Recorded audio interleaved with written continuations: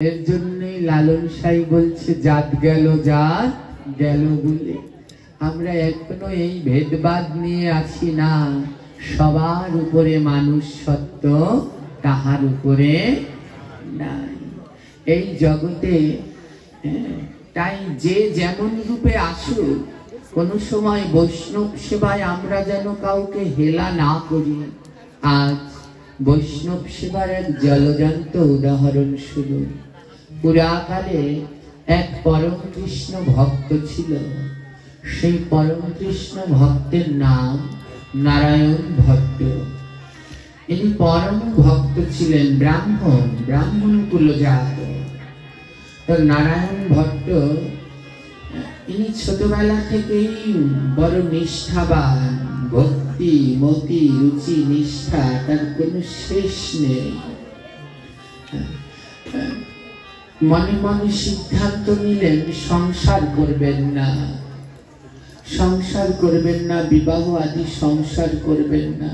কিন্তু বাবা মা অনুরোধ করলো, না তুমি সংসার ধর্ম পালন করো। বাবা মার অনুরোধে নারায়ণ ভট্ট সংসার জীবনে প্রবেশ করলেন। তার সহধর্মিনীর নাম সুনীতি।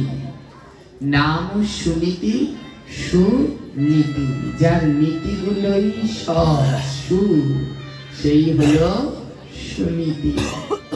তো যেমন নারায়ণ ভট্ট কৃষ্ণ ভক্ত, তেমন তার সহধর্মিনীও হলো পরম কৃষ্ণ ভক্ত।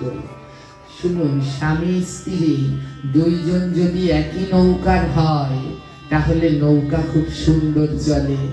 দুইজন যদি ধর্মপথের পথিক হয়, তাহলে তারা ধর্মের দিকে আগায়। কিন্তু আর স্বামী আর স্ত্রী, একজন ধার্মিক আরেকজন ধর্মকে মানে না, তাহলে তাদের জীবনটা অনেক কঠিন হয়। বড় কঠিন হয়। আর নারায়ণ ভট্ট যেমন পরম কৃষ্ণ ভক্ত, তার সহধর্মিনী সুনীতিও তেমন কৃষ্ণ ভক্ত। কিন্তু তারা ভগবান ছাড়া, কৃষ্ণ ছাড়া বোঝে না। একদিন তারা ভাগবত শুনতে গিয়েছে। ভাগবতে গিয়ে একটা লাইন শুনেছে। কি লাইন? ভাগবত পাঠক বলছে, বৈষ্ণব সেবা বিনা নিস্তার পাইছে কেবা। একটা লাইন শুনলো, বৈষ্ণব সেবা বিনা নিস্তার পাইছে কেবা। এই জগতে নিস্তার পেতে হলে, উদ্ধার হতে হলে পথ একটা, সেটা হলো বৈষ্ণব সেবা। সেটা হলো বৈষ্ণব সেবা। জানেন, মানুষের একটা কথায় জীবন পরিবর্তন হয়ে যায়। এমন হাজার উদাহরণ আছে, মাত্র একটা কথায় জীবন পরিবর্তন হয়ে যায়। তার জলজান্ত এক উদাহরণ লালাবাবু একদিন খাজনা নিতে যাচ্ছেন, আর রাস্তার পাশে ধোপার মেয়ে কাপড় ধোবে। আগের দিনে তো আর এই হুইল পাউডার সাবান ছোটা ছিল না, তখন কাপড় ধৌত করা হতো কলা গাছের পাতা পুড়িয়ে। বাসনের ভিতরে কলার পাতা পুড়িয়ে সেই ছাই দিয়ে জামা কাপড় পরিষ্কার করা হতো। ধোপার মেয়ে লালাবাবু যখন রাস্তা দিয়ে যাচ্ছে, সন্ধ্যাটা হয়ে এসেছে, ধোপার মেয়ে তার বাবাকে ডেকে বলছে, ও বাবা, বেলা তো বয়ে যায়, বাসনায় আগুন দেবে না? বলছে বেলা তো বয়ে যায়, বাসনায় আগুন দেবে না? ধোপার মেয়ে বলল, ওই কলার পাতা পোড়ানোর বাসনে আগুন দেয়া। কিন্তু লালাবাবুর সেই কথাটা কানের ভিতর দিয়ে মর্মে গিয়ে লেগেছে। ভাগবত শোনা সেই দিন সার্থক হবে, যেদিন কানের ভিতর দিয়ে মর্মে হৃদয়ে গিয়ে লাগবে। মর্মে গিয়ে লাগবে। ধোপার মেয়ে বলছে বাবা বাসনায় আগুন দেবে না। লালা বাবুর মর্মে গিয়ে কথাটা লেগেছে। লালা বাবু নিজের দিকে তাকিয়ে দেখে, হায় রে, আমার কালো চুলে কেমন পাক ধরেছে, টান টান চামড়াগুলো কেমন কুচকে যেতে শুরু হয়েছে, তার মানে আমারও তো বেলা শেষ হয়ে এসেছে। কিন্তু আমার বেলা শেষ হয়ে এসেছে, কিন্তু এখনো আমার বাসনায় আগুন দেয়া হলো না। এখনো আমি কাম ক্রোধ লোভ মোহ মদ মাত্রে সদা সর্বদা বিরাজ করে রয়েছি। এখনো আমি আমার ক্রোধ নামক বাসনায় আগুন দিতে পারিনি। এখনো আমি আমার লোভকে ত্যাগ করে গোবিন্দের প্রসাদ পেতে শিখিনি। এখনো আমার বাসনায় আগুন দেয়া হলো না। লালা বাবু বলে, আর না, অনেক তো অর্থ বৈভব নিয়ে থেকেছি, আজ থেকে গোবিন্দ তোমার পথে বেরিয়ে।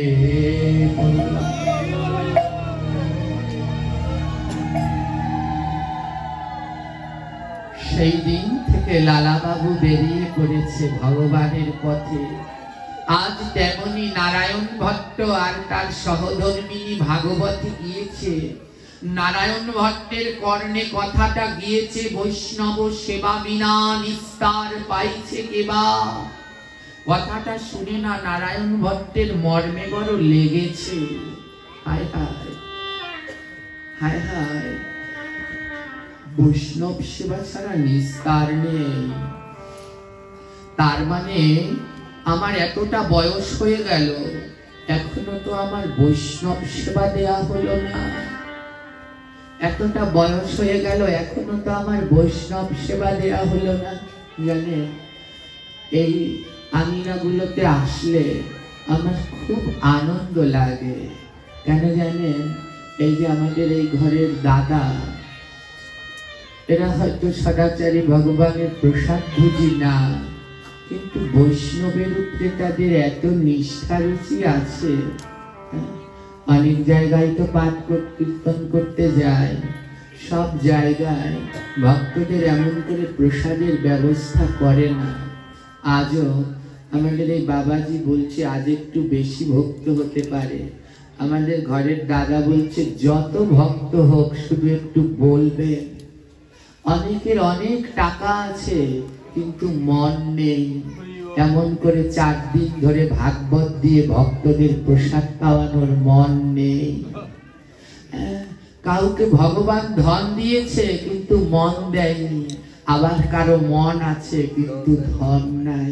আমাদের এই ঘরের দাদা বলে, দাদা যদি আমার সামর্থ্য থাকতো তাহলে আমি 7 দিন ধরে এই ভাগবত পাঠের আয়োজন করতাম। ভক্তের কৃপায় ধুলায় মুখরিত থাকে।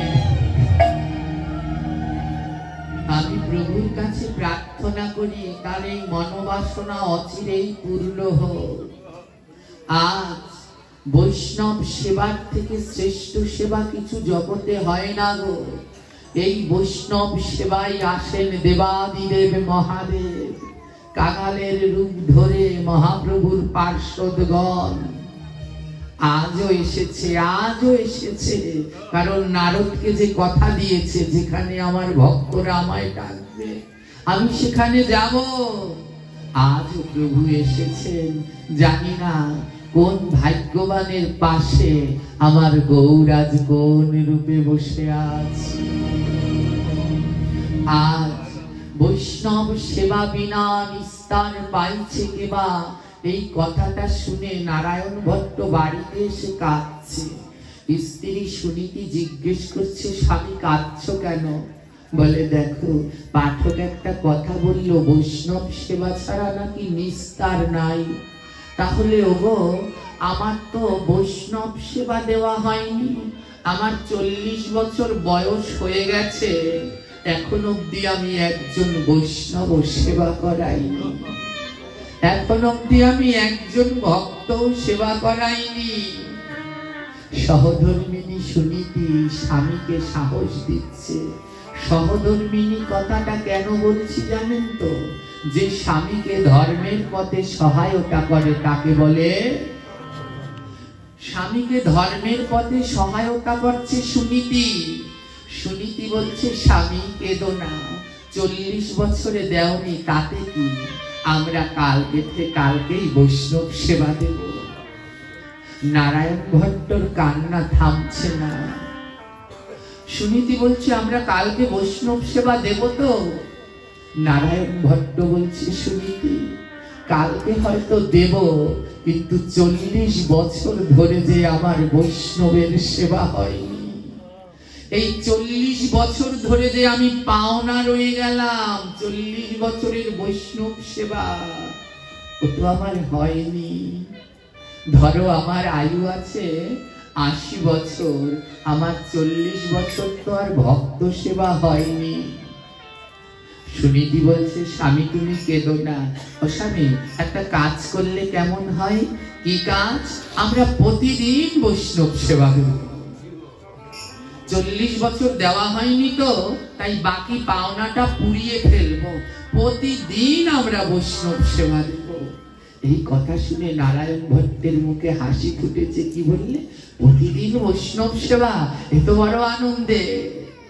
নারায়ণ ভট্ট ব্রাহ্মণ, শুদ্ধ সাত্ত্বিক ব্রাহ্মণ। মনে রাখবেন, ব্রাহ্মণ যদি শুদ্ধ সাত্ত্বিক কৃষ্ণ ভক্ত হয় তাহলে সে দেবতার সমান। আর ব্রাহ্মণ যদি অনাচারী, বেবিচারী, তামসিক আহার প্রসাদ না গ্রহণ করে, বিড়ি সিগারেট জুয়া নেশা এইসব করে, তাহলে সে বাজারের মেয়ে ছেলের থেকেও খারাপ। আর যদি সে সদাচারী নিষ্ঠাবান হয় তাহলে সে দেবতার দুর্লভ। নারায়ণ ভট্ট ছিলেন শুদ্ধ সদাচারী ব্রাহ্মণ। পুজো অর্চনা করে ওই ভিক্ষা আদি যা পায় ওই নিয়ে আসে। স্ত্রী সুনীতি, সহধর্মিনী সুনীতি রান্না করে গোবিন্দের ভোগ লাগায়। যেই ভোগটা হয়ে যায়, নারায়ণ ভট্ট দৌড়ে রাস্তায় চলে যায়। রাস্তায় গিয়ে অপেক্ষা করে। রাস্তা দিয়ে যদি কোনো বৈষ্ণব পায়, সঙ্গে সঙ্গে ওই বৈষ্ণবের জড়িয়ে ধরে দুটি পায়। রাস্তা দিয়ে যখনই কোনো বৈষ্ণব যায়, নারায়ণ ভট্ট গিয়ে জড়িয়ে ধরে আর সেই বৈষ্ণবকে গৃহে নিয়ে আসে। প্রতিদিন ভিক্ষা করে যা পায় গোবিন্দের ভোগ হয়, তারপরে সেই ভোগের প্রসাদ দিয়ে ওই বৈষ্ণবকে সেবা দেয়। বৈষ্ণব সেবা করার পরে যেই উচ্ছিষ্টটুকু রেখে যায় তা দিয়ে নারায়ণ ভট্ট আর তার সহধর্মিনী দিন যাপন করে। এটা হলো কৃষ্ণের সংসার, একে বলে কৃষ্ণের সংসার।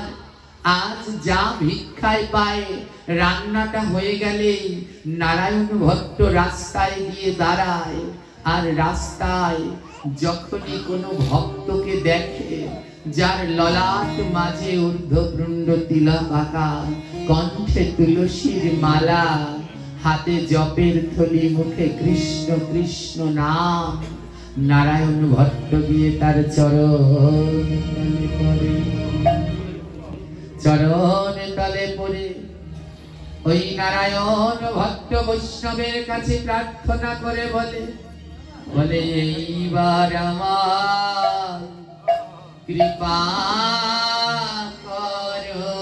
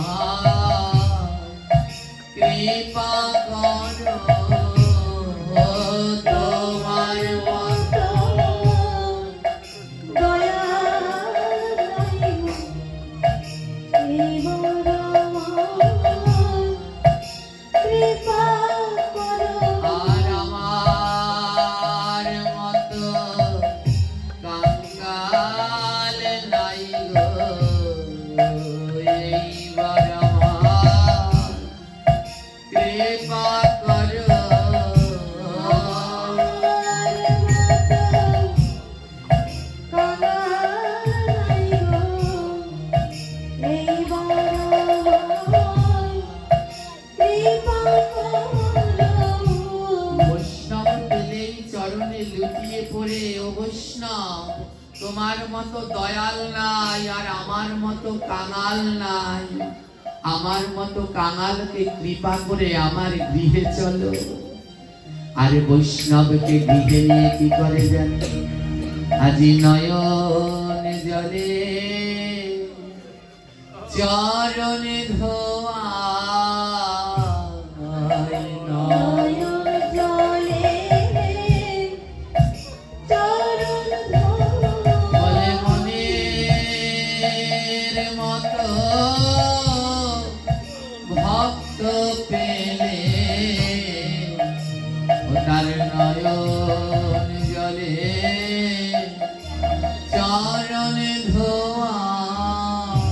মনের মতো ভক্ত পেলে নয়ন জলে চরণ ধোয়া। সে মনের মতো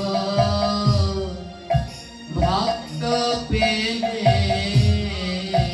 মনের মতো ভক্ত পেলে অতি চরণ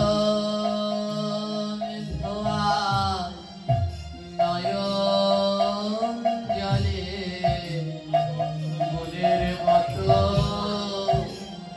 ভক্ত পেলে চরণ ধোয়া, নয়ন জলে মনের মতো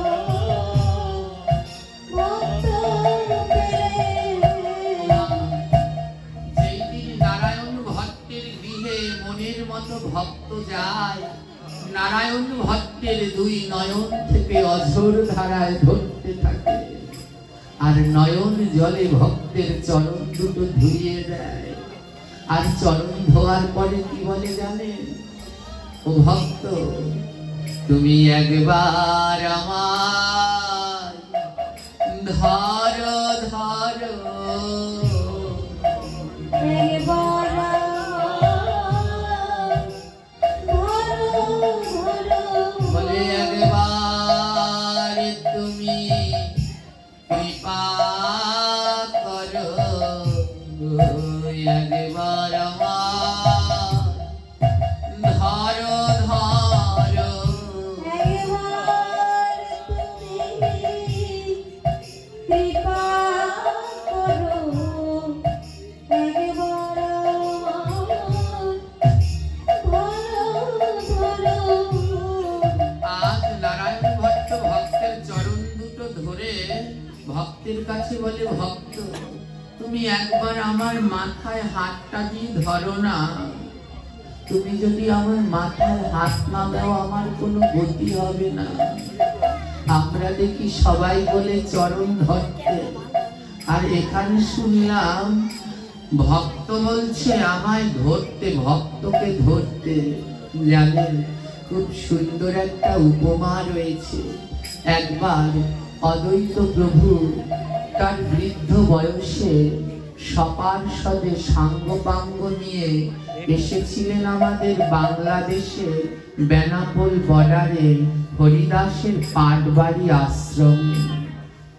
এখনো সেই আশ্রম আছে, যেই মাধবী লতার নিচে বসে হরিদাস ঠাকুর 3 লক্ষ নাম জপ করত। এখনো সেই মাধবী গাছটা আছে।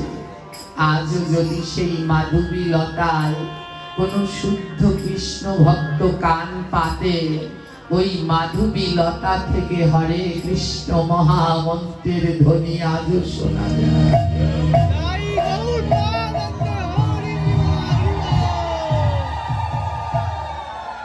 আজ সেই মাধবী লতার ভিতরে কৃষ্ণ নাম ধ্বনিত হয়। অদ্বৈত প্রভু সপার্ষদে দর্শন করতে এসেছিলেন হরিদাসের ভজন স্থলী। ভক্তরা সবাই মিলে হরিদাসের ভজন স্থলীতে নিত্য কীর্তন করছে, বাহুকুলে নিত্য কীর্তন করছে। এই জগতে আমার গৌরাঙ্গ মহাপ্রভুর মতো এত সুন্দর নাটুয়া, একটু তাকে বলে নাটুয়া গৌর, নিত্যে পারদর্শী।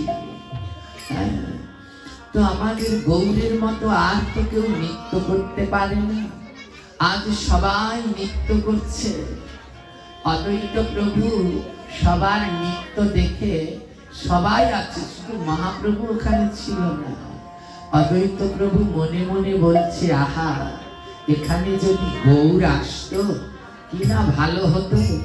সবাই তো খাটো, গৌর মহাপ্রভু লম্বা, বলে সবার মাঝখানে যদি আমার গৌরাঙ্গ নৃত্য করত কি শোভা পেত। অদ্বৈত প্রভু বৃদ্ধ বয়স, একটা তমাল গাছের শুকনো লাঠি ছিল তার হাতে, বুড়ো বয়সে লাঠি নিয়ে হাতে, একটা লাঠি ভর দিয়ে দিয়ে অতি কষ্টে নবদ্বীপ থেকে এসেছে এই বেনাপোল পাট বাড়িতে।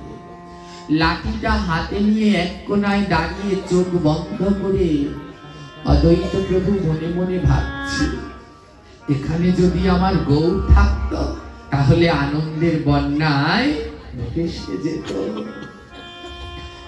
যখনই এই কথা চোখ বন্ধ করে ভাবছে আর নয়ন জলে হাগৌর হাগৌর বলে কাঁদছে, গৌর তুমি যদি আজ এই সংকীর্তনে থাকতে আরো কত আনন্দ হতো। যখন গৌর গৌর বলে দুটি নয়ন থেকে জল ঝরছে, ডান হাতে অদ্বৈতের সেই তমাল গাছের লাঠি, বাঁ হাতটা একজন এসে ধরেছে, ধরে বলছে, অদ্বৈত চলো আমরাও নৃত্য করি। অদ্বৈত নয়ন দুটি খুলে দেখে সাক্ষাৎ চৈতন্য মহাপ্রভু দাঁড়িয়ে।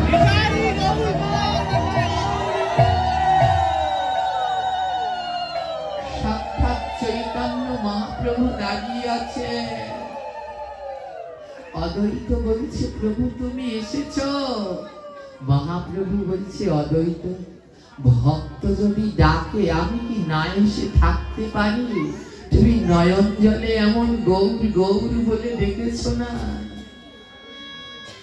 আমি ওই গঙ্গার জলে নদীতে আসিনি গো, তোমার নয়ন জলে ভক্তিতে ভেসে চলে এসেছি। তোমার নয়ন জলে ভক্তি নৌকায় এসেছি, আসো আমরাও ওখানে নৃত্য করি। মহাপ্রভুর সাথে অদ্বৈত নৃত্য শুরু করলেন। বৃদ্ধ অদ্বৈত সে কি লাফিয়ে ঝাঁপিয়ে নৃত্য করছে। একটু পরে মহাপ্রভু বললেন, অদ্বৈত একটা প্রশ্ন করব। বলে, কি প্রশ্ন প্রভু? বলে, যখন নবদ্বীপ থেকে এসেছিলে ওই তমালের লাঠিটা ভর দিয়ে দিয়ে এসেছিলে কেন গো? বলছে, প্রভু গায়ে শক্তি নেই তো, বৃদ্ধ হয়ে গেছি, তাই লাঠিটা হলো আমার সম্বল, ওটা ধরে ধরে এসেছি। মহাপ্রভু বলছে, তাহলে লাঠিটা ভর দিয়ে দিয়ে তুমি নবদ্বীপ থেকে এখানে আসলে, কিন্তু এখন তো লাঠিটা ফেলে দিয়ে তুমি নৃত্য করছো। হাঁটার সময় লাঠিটা লাগলো শক্তি হিসেবে, নৃত্য করবার সময় তোমার লাঠিটা লাগছে না। অদ্বৈত কি বললেন জানেন? অদ্বৈত বলছে, জানো গৌর, যখন আমি এসেছিলাম তখন আমার সম্বল ছিল এই লাঠি, যদি আমি পড়ে যাই এই লাঠিটা আমাকে আগলে রাখতো, তাই আমি লাঠিটা ধরে ধরে এসেছি। মহাপ্রভু বলে, তাহলে এখন লাঠিটা কেন ছেড়ে দিলে? অদ্বৈত বলে, তুমি দেখতে পাচ্ছ না আমার হাতটি কে ধরে আছে? আসবার কালে লাঠি ধরে এসেছিলাম, ওই লাঠি আমায় ধরে রাখতো। আর যার হাত স্বয়ং জগতের নাথ জগন্নাথ গৌর সুন্দর ধরে রাখ, এই জগতে তার আর কি কোনো লাঠির প্রয়োজন আছে? বলে, প্রভু আসবার কালে তো আমার সাথে তুমি ছিলে না, তাই লাঠিটা ধরে এসেছি, কিন্তু নৃত্য করবার কালে তুমি আমার হাত ধরে আছো। আর যার হাত স্বয়ং মহাপ্রভু ধরে তার কি আর পড়ার ভয় আছে বাবা? তাই অদ্বৈত প্রভু বলছে, তুমি ধরো ধরো আমায় ধরো,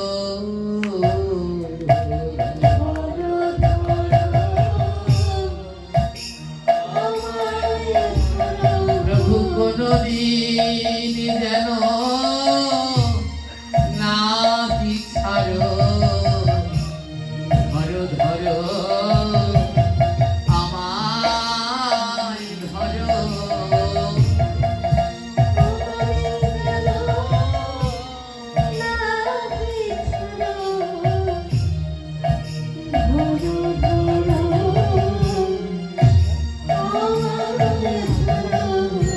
অদ্বৈত প্রভু বলছে, ওগো তুমি আমায় ধরো না, এমন ভাবে ধরবে আর কোনদিন যেন না ছাড়ো। অদ্বৈতর ভক্তি দেখে মহাপ্রভু কি করলেন জানেন? আজ বুকের মাঝে যা রায়া ধরেল, বুকের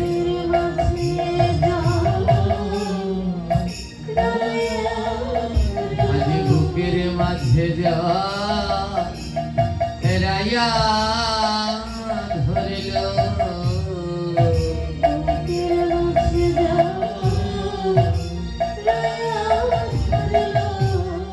এমন ভাবে ধরো আর কোনদিন ছাড়বে না। সেই শুকনো তমাল গাছের লাঠিটা অদ্বৈত প্রভু পাটবাড়ি আশ্রমে পুঁতে দিয়েছিলেন জগৎজিৎকে সাক্ষী দেওয়ার জন্য। সেই মরা শুকনো তমালের ডালটা সেই দিন মহাপ্রভু অদ্বৈতকে বুকে জড়িয়ে ধরেছিল না, ওই গৌরের পরশে সেই দিন মরা গাছ দেখা হয়ে গিয়েছিল। আজও সেই গাছ 550 বছর ধরে মহাপ্রভুর প্রেমের সাক্ষী বহন।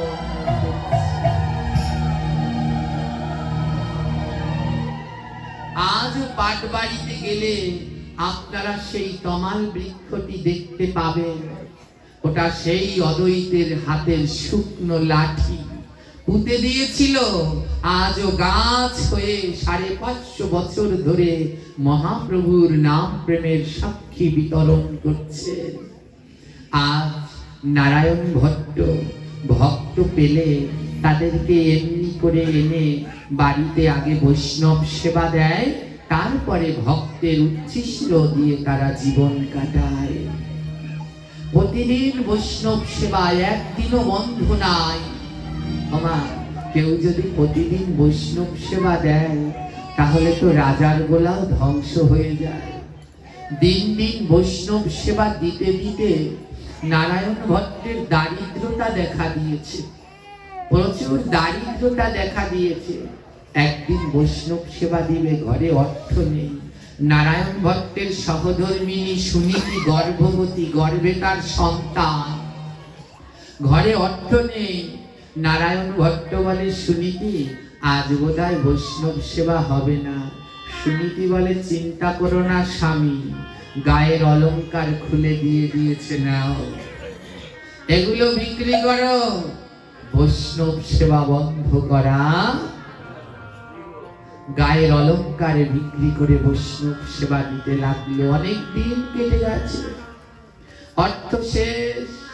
নারায়ণ ভট্ট বলে, এখন কি করে বৈষ্ণব সেবা দেব? চিন্তা করো না, ঘরের তামা কাঁসা পিতল সব দিয়ে দিয়েছে, না এগুলো বিক্রি করে বৈষ্ণব সেবা হবে।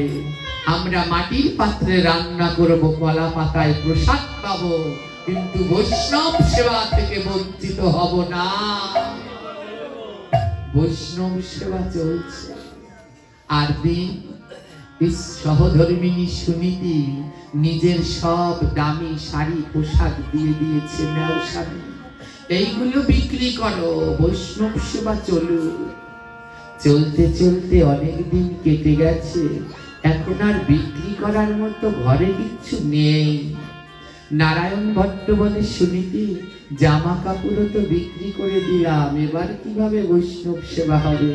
সুনীতি বলে, স্বামী আমাদের ঘরের দরজা আর জানালাগুলো বিক্রি করে দাও।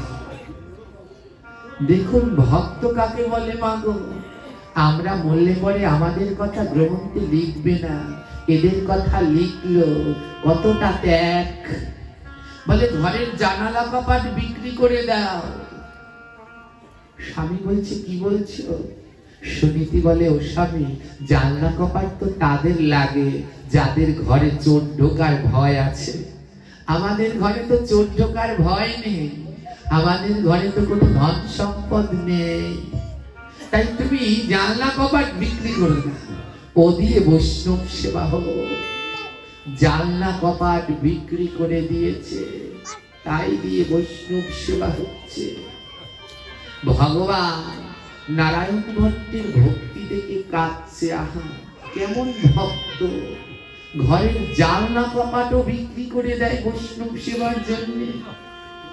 ভগবান নারায়ণ ভট্টকে বলছে, নারায়ণ ভট্ট, তুমি যদি একবার মুখ ফুটে বলো তোমার ধন চাই, জগতের যত টাকা পয়সা সোনা দানা তোমার পায়ের কাছে এনে রাখবো। ওমা, যারা প্রকৃত ভক্ত তারা কোনোদিন গোবিন্দের কাছে ধন চায় না। ন ধনম ন জনম, তারা কোনো সময় ধন জন এসব চায় না। ওই কবিতা সুন্দরী তারা চায় না, তাদের চাওয়া শুধু একটাই। ভগবান বলছে, তুমি যদি একবার বলো তোমার ধন জন চাই, জগতের সব এনে তোমার পায়ের কাছে দিয়ে দেব। নারায়ণ ভট্ট ভগবানকে বলে, হে গোবিন্দ, ওই ধন জন আমি কিচ্ছু চাই না, তোমার কাছে আমার একটাই চাওয়া, সেটা হলো আমার যেন বৈষ্ণবের প্রতি রুচি মচি ভক্তি থাকে।